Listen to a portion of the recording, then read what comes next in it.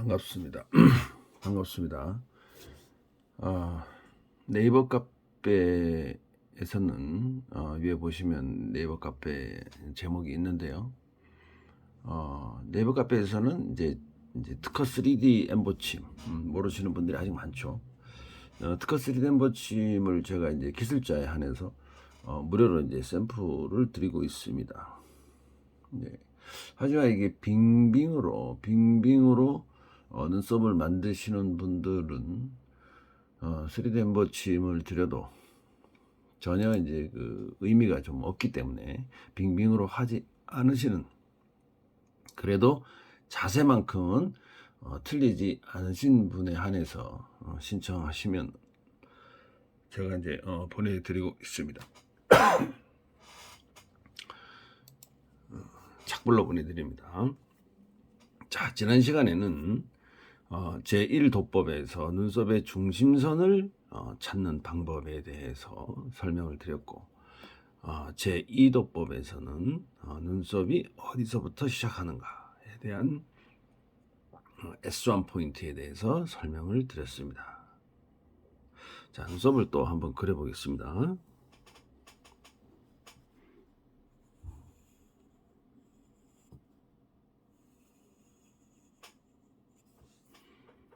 이렇게 하나가 있을 수가 있고요.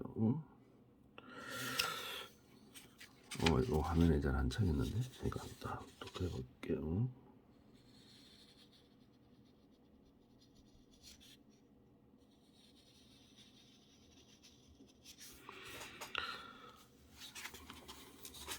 자, 이렇다고 치고 보겠습니다. 자,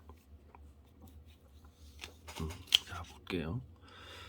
자, 지난 시간에 여기가 좀 이제 제가 좀 좁게 그렸습니다만은 여기가 이제 S 포인트, 센터 라인이라고 했습니다. 그 다음에 눈썹이 만약에 여기서부터 시작한다, 얘가 S1 포인트라고 했습니다. 자, 이 정도 될까요? 여기가 S1 포인트. 이렇게 이제 내가 설명 들었습니다. 여기서 이제 3등분을 만약에 이제 한다고 하면 여기서 이제 이런 식의 이제 등분이 되겠죠. 이렇게 이렇죠. 자, 이게 이제 3등분인데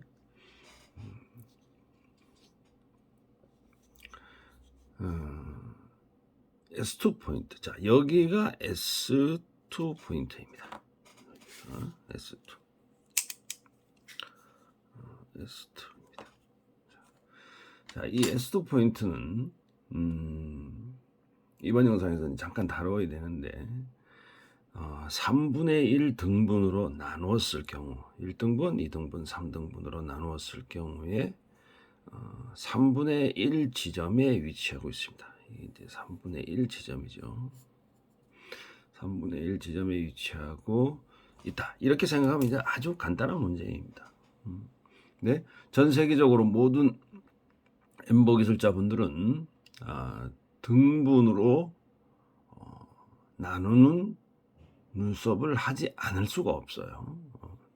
제가 이제 늘 말씀드렸듯이 유럽형이냐, 중국형이냐, 한국형이냐, 뭐 할 것 없이 전부 다 이 등분, 3등분을 기본으로 하고 있다. 이렇게 여러분들이 머릿속에 콱 박아 놓으시면 정확합니다.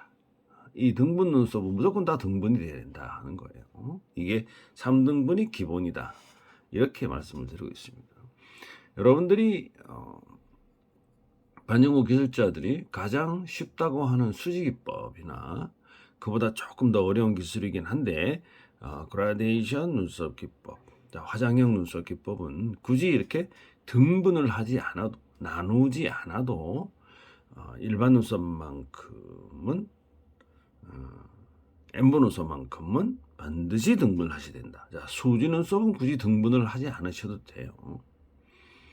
뭐 가로 섹션, 세로 섹션 이런 게 있는데 하지만 엠보 눈썹만큼은 반드시 등분이 돼야 된다. 기본적으로. 제가 이제 그 이유를 말씀을 굳이 안 드려도 여러분들이 잘 아실 것이지만 한마디로 말씀을 드리면 한국형 엠보 눈썹 기법, 엠보 선기법, 3D 엠보 눈썹 기법을 기본으로 한다 이거죠. 기본. 그러니까 무슨 말이냐?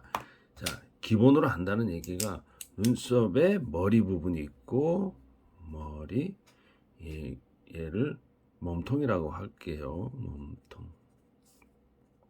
꼬리. 자, 이렇게 기본으로 하고 있기 때문에 한국형 표준형 눈썹, 그다음에 중국형 눈썹은 모두 이런 머리, 몸통, 꼬리를 이제 구분이 되어 있다. 그래서 한국에서 반영구 화장을 하시는 모든 분들은 머리, 몸통, 꼬리 부분에서 크게 이렇게 벗어나지 않으려고 하는 거예요.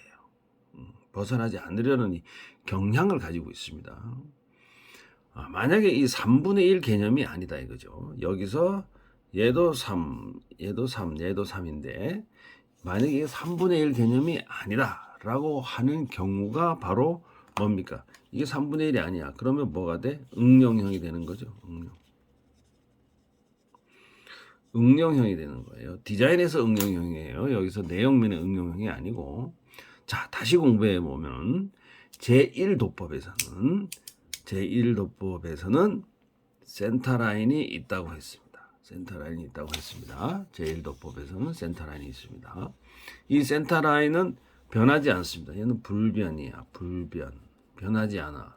움직이지 않는다고. 센터라인이 움직이면은 얼굴이 완전히 짱구가 되겠죠. 자, 변할 수 없는 라인입니다. 제2도법에서 제1포인트, 자, S1 포인트죠. S1 포인트, 즉 눈썹의 시작점은 고객의 취향이나 미간의 넓이에 따라서 이게 변할 수도 있습니다. 앞쪽으로 조금 들어오거나 뒤쪽으로 나가거나 할 수 있다고 말씀드렸습니다. 자, 오늘 배우는 제3도법은 자, 이 S2 포인트가 이 S2 포인트는 변한다는 것입니다. S2 포인트가 변한다는 것은 눈썹의 등분이 변하는 것이기 때문에 자 3등분으로 나누었습니다. 3등분으로 나누었는데 S2 포인트가 변한다? 이거는 등분의 이상이 생긴 거예요. 등분이 안 되게 되어 있는 거죠. 그래서 등분이 변하는 것은 뭡니까? 눈썹의 이미지가 변한다 이런 뜻이에요. 즉 다시 말씀드리면 3분의 1 등분이 변형이 일어나기 때문에 이때는 등분형의 눈썹이라고 하지 않고 비등분이라고 합니다. 비등분. 등분이 아니야. 좀 어려운 말이긴 합니다. 그래서 패스할게요. 패스하고 그냥 등분이 아니다. 이건 응용형이다. 이렇게만 불러도 됩니다. 응용형이라고 불러도 됩니다. 자, 제3도법 S2 포인트가 움직인다고 하는 것인데 어떻게 움직일까요? 어떻게 움직일까요? 자, 얘는 앞으로 가거나 뒤로 가거나 한다고 했습니다. 잠깐 지난 시간에 언급을 좀 드렸는데요. 자, 만약 얘가 앞쪽으로 눈썹이 옮겨졌다, 포인트가 옮겨졌다 이러면은 얘는 소미두가 될 것이고 얘가 뒤쪽으로 물러났다 이러면은 대미두가 될 것입니다. 자, 소미두라고 하는 것은 소미두가 뭡니까? 눈썹의 머리가 작다 이렇게 이제 부르는 거고요. 대미두라고 하는 것은 눈썹의 머리가 크다 이렇게 부르는 것입니다. 그래서 이 이제 용어 자체를 어떤 기술자분들이 좀 이제 따라하시는 분도 계시던데 그 정확하게 좀 표현을 해주셨으면 좋겠어요. 뭐 따라하시는 건 좋지만은 자. 소미두, 대미두. 자, 등분은 표준형입니다. 앞쪽으로 가면 소미두, 뒤쪽으로 가면 대미두. 자, 어떤 경우에 대미두로 할 것인가? 어떤 경우에 소미두로 할 것인가? 이 부분도 상당한 연구 대상이기도 하죠. 자, 앞쪽으로 S2 포인트가 소미두 형태로 앞쪽으로 너무 치우치게 되면 눈썹이 좀 이제 붙어버리거나 쏠리는 현상이 보이게 되겠죠. 자, S2 포인트가 뒤로 밀려난다. 그러면은 자, 기본형은 여기였는데 뒤쪽으로 물려나니까 눈썹의 머리 부분이 비대해지는 그런 결과를 가져올 수가 있습니다. 여기서 이제 사실은 시술샵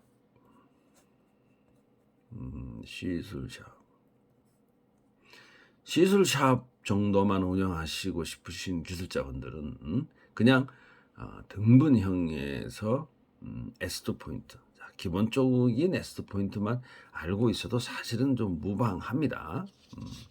만약 이제 누구를 만약에 좀 가르친다고 하시는 분, 자, 또 뭐 수업을 하거나 하시는 분들은 이 팔도해법 전체를 자기 이름 해석하듯이 빠삭하게 알고 있어야 한다는 것입니다. 이게 눈썹 디자인의 기본이기 때문에 이것을 만약에 못 하신다 그러면은 이걸 모르고 만약에 다른 사람을 가르친다고 한다 그러면은 엠보 기술의 기본을 모르는 것이기 때문에 기본을 안 가르치고 그냥 선만 가르친다고 하거나 아니면은 좀 기본은 대충 알고 있는데 좀 짝퉁으로 가르치고 있다. 뭐 이렇게 표현을 할 수밖에 없을 것입니다. 왜 그러냐?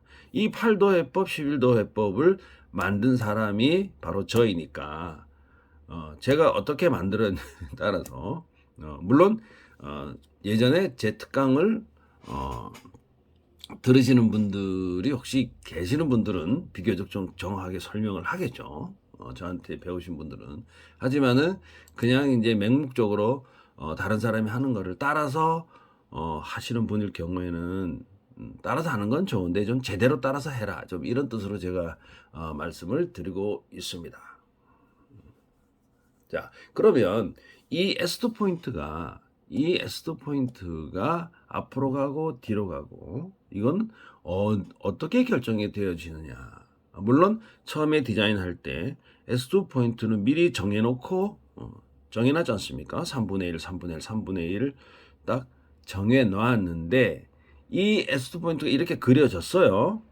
근데 어떤 것에 따라서 앞으로 가고 어떤 것에 따라서 뒤로 가느냐 하는 문제를 제가 지금 제기를 하는 겁니다. 자, 여기에서는 뭐가 가장 중요한 요소로 결정이 되시냐면 제가 요 털이라고 표현할게요.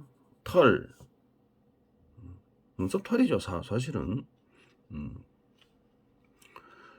눈썹은 전체를 말하는 거고 개체수로 보면 털이에요. 자, 이거를 개체수. 스스로 털인데 이 털의 밀집도라는 게 있습니다. 밀집도 중요한 부분이에요. 밀집도에 따라서 얘가 눈썹에 제가 좀 표현을 좀 억지로 한번 써보겠습니다. 눈썹 대가리 뭐 우리 이제 뭐 우리 수업할 때는 뭐 그런 용어도 사실은 좀 씁니다. 눈썹 머리 뭐 이렇게 해도 되는데 여러분들 까먹지 말라고 제가 눈썹 대가리 할게요. 여러분들 눈썹 대가리 털이 많이 있는 경우가 적게 있는 경우가 있잖아요. 그죠? 그러면은 거기에 따라서 이 S2 포인트가 앞으로 가고 뒤로 가고 한다는 뜻입니다. 자, 제가 왜 S2 포인트를 이렇게 강조하냐면 이 S2 포인트는 사실 이 S2 포인트 특강만 가도 몇 시간을 합니다. 근데 S2 포인트는 엠버 기술자의 실력이야. 엠버 기술자의 실력을 한눈에 볼 수 있다는 거야. 이 부분이 부드럽게 연출이 되었다고 하면 쟤는 좀 기술이 되네, 좀 한다 이렇게 보는 것이 맞고 이 부분이 부드럽게 연출이 되지 않고 뭔가 억지로 몸통 부분과 연결이 된다 한다고 하면은 저 엠버 기술이 좀 이상하다 이렇게 부를 수도 있다는 것입니다. 자, 보십시오.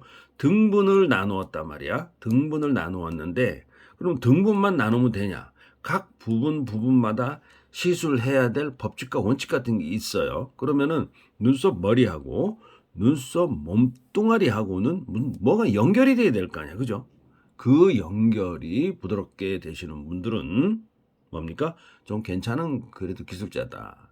만약에 이 연결이 좀 이상하게 되시는 분들이 있죠. 막 억지로 막 선이 막 굳거나 하시는 분들은 좀 엠버 기술이 좀 가짜스럽다라고 말씀을 드리는 거예요. 자, 머리 부분과 몸통 부분이 부드럽게 연결이 잘 되는 것을 우리가 마스터 그라데이션이라고 부릅니다. 제가 누차 강조를 이제 앞에 영상에서 드렸습니다만은 엠버 기법을 좀 한다고 소문이 난 사람들 이런 분들도 제가 영상을 보면 눈썹 털에 도움을 좀 받으려고 하는 부분이 바로 이 S2 부분에 대한 연출법입니다. 연출법. 자, 이 부분에 대한 연출법. 자, 여러분들 이거 아주 중요한 얘기입니다. 여러분들 고무판 제가 이제 저한테 수강 상담, 재수강 상담 거의 99%가 재수강이에요. 근데 여러분들 제가 고무판을 주세요라고 하면은 제가 제일 첫 번째 보는 게 바로 이 부분에 대한 연결법, 그다음에 또 있습니다. 머리 부분의 연출법, 그다음에 미미 시술법. 자, 이 세 가지를 딱 봅니다.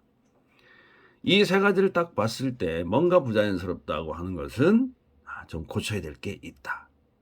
이렇게 제가 이제 말씀을 드리고 있습니다. 이 S2 부분, S2 포인트의 이 부분, 자, 오늘의 공부할 것은 여기니까요. 자, 이 부분에 대해서 여러분들 눈썹을 이렇게 가만히 보면, 자, 이쪽 눈썹 가지고 제가 또 하나, 자, 이쪽 눈썹 가지고 공부 또 해볼게요. 자, 이쪽 눈썹이 여기가 만약에 만약에 이렇게 돼서, 자, 여기 선들이 막 이렇게 오겠죠. 그러면 선들이 여기 다 지금 부딪히고 있어. 이쪽에 이렇게 나가고, 자, 여기에 띠가 생기는 경우 이렇게, 자, 선들이 이렇게 막 부딪히고 있습니다. 자, 대부분의 한국의 엠보 기술자들이 좀 간단하게 배운 기술자들이, 저는 뭐 요즘 뭐 인스타니 뭐 이런 데 보면은 뭐 기술을 막 이렇게 잘한다고 하시는 분들은 전부 다 이 띠가 만들어지고 있어요. 그리고 여기가 선들이 부딪히면 안 된단 말이에요. 그래서 여기가 뭐가 있어야 됩니까? 이게 이렇게 띠가 생기시는 분들은 단점이 하나 있죠. 여기에 단지 전제 조건이 털이 많아야 돼. 털이 많아야 되는 이상한 경우가 있어요. 왜? 이게 털이 없는 경우에 이렇게 이제 선들이 사람 피부에서 막 부딪히면 이게 결코 좋게 보이질 않습니다. 딱 봐도 알아요. 근데 이 부분은 그냥 두리뭉실하게 넘어가는 경향이 있다. 이렇게 제가 이제 말씀을 드리고 있습니다. 자, 여기에 이렇게 띠가 생기는 것, 띠가 생긴다고 하는 것은 선이 이렇게 막 머리 쪽의 선들이 이 몸뚱이 선하고 부딪힌다고 보는 거죠. 이렇게 이제 부딪힌다고 보는 건데, 이게 사실은 종이나 고무판에서는 사실은 그럴싸하게 보이지만 사람이 피부에서는 말도 안 되는 거죠. 사람이 피부에서는 선이 서로 붙게 되고 몰리게 되고 쏠리게 되고, 이게 유분이나 피나 이런 거에 나와서 딱딱하게 굳어지고, 보면은 나중에 보면은 선이 붙는 현상, 선이 굵어진 현상, 이상한 현상들이 나오게 됩니다. 여기서 이제 엠보 경력이 많거나 실전 노하우가 만약에 좀 많은 사람 같은 경우에는 이런 방법으로는 시술을 하지 않는다는 것은 이미 다 알고 있습니다. 자, 띠가 그럼 안 생기면 어떻게 해야 되느냐? 자, 엠보는 말이죠. 물을 여기서 이렇게 부었을 때 물길이 다 빠져나가게 돼 있는 게 오리지널 엠보 기술이에요. 이거는 30년을 지어 내려오는 전통입니다. 근데 여기는 물길을 막고 있죠. 이거는 이제 좋은 기술이 아니라는 뜻입니다. 그냥 이렇게 하시는 분들은 엠보를 연구를 하진 않았어요. 그냥 급조로 어디서 배워서 자기도 막 가르치고 있는 거예요. 엠보를 제대로 연구를 한 사람들은 이 띠가 없습니다. 자, 여러분들 이제 엠보 기술을 조금만 더 익히시면 제가 무슨 말씀을 하고 있는지 여러분들은 잘 아실 수 있을 것입니다. 만약 어떤 가르치는 분이 제 영상을 보시고 배우시는 분에게 사실 이런 것도 좀 알려주셔야 하는데, 분명히 이제 원조 기술이 쭉 이어지는 정통 기술이 있는데도 불구하고 그냥 아무렇게나 원데이나 속성으로 가르치고 자기가 배웠으니까 그렇게 하고 있는 것 같습니다. 뭐 하도 많아서 뭐 누가 그렇다고는 뭐 말할 것도 없어요. 인스타 보면 너무나 거의 다 대부분 이런 거니까. 우리 이제 가르치는 분들은 배우는 분들에게 좀 분명히 좀 말씀을 해 주셔야 합니다. 만약에 이게 국가 자격증이 만약에 생긴다라고 한다고 하면 지금 배우는 것으로는 다 떨어집니다. 다 떨어져요. 말이 안 되는 기술이기 때문에. 하긴 뭐 지금 배워야 할 분들이 또 가르치는 경우도 있으니까 뭐 고객이 무슨 잘못이 있겠습니까? 그래서 하여튼 중요하다. S2 포인트가 굉장히 중요하다고 하는 것을 제가 오늘 말씀을 드리고 있습니다. 자, 제 위에 네이버 카페에 오시면 여러분들도 3D 엠보침의 효능이나 기능성에 대해서 좀 아실 수가 있고요. 신청하시면은 받아가실 수가 있습니다.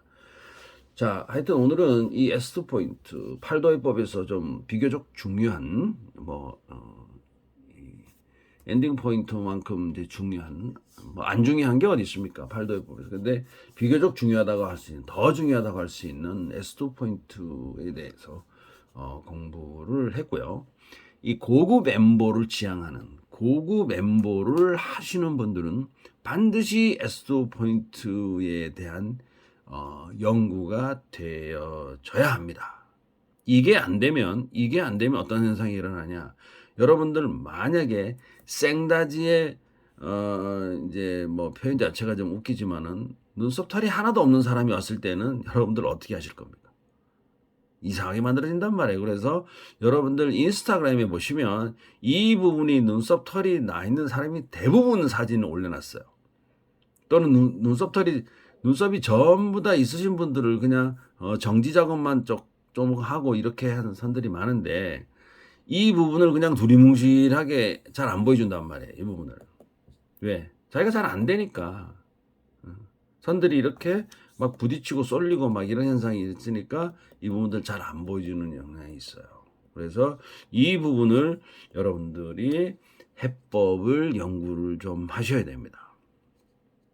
자, 이거 못하면, S2 포인트 못하면 고급 기술자 아니다.